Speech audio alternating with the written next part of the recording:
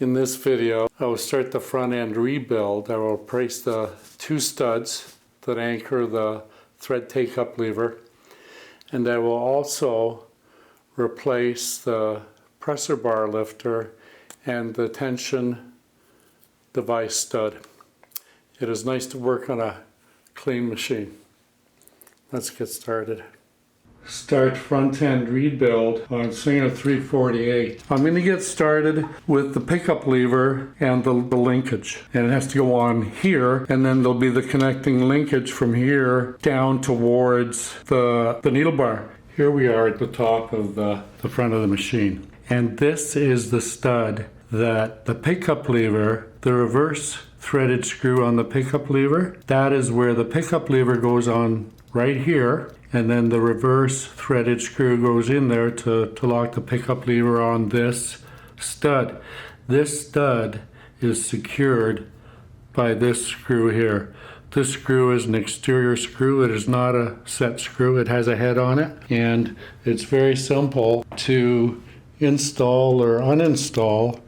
It's simply a matter of undoing that screw, loosening it, and you can see that the stud has moved. Now you see the stud has moved, but it's not coming all the way out yet. And that is because on that stud, there is a bit of an indentation where this screw settles.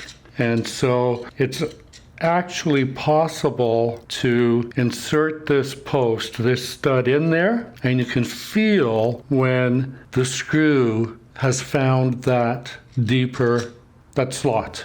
Observe, please. So I know it has to travel from here to somewhere around there, like right around there. Now I'm hand tightening that, and I can slide the screw up and down, and I'm slowly tightening there. I'm pretty sure that I have it right there. You can feel it. So I'm just going to snug that up.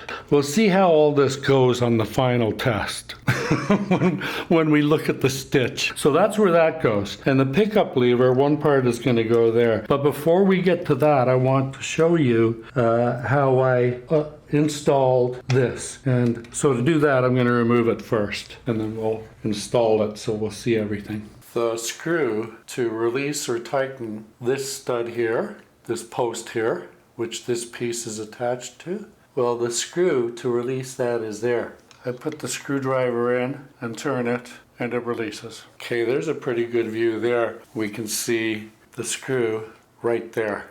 And I put the shaft on there. I'm going to turn it. It's really loose because I just loosened it in the last little film there.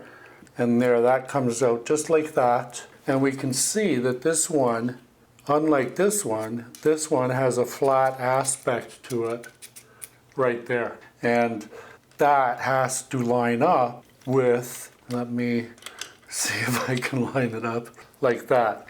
To install it, I make sure that the flat aspect on the post, on the stud, is there like that so that it'll line up with that set screw. And there, that is lined up.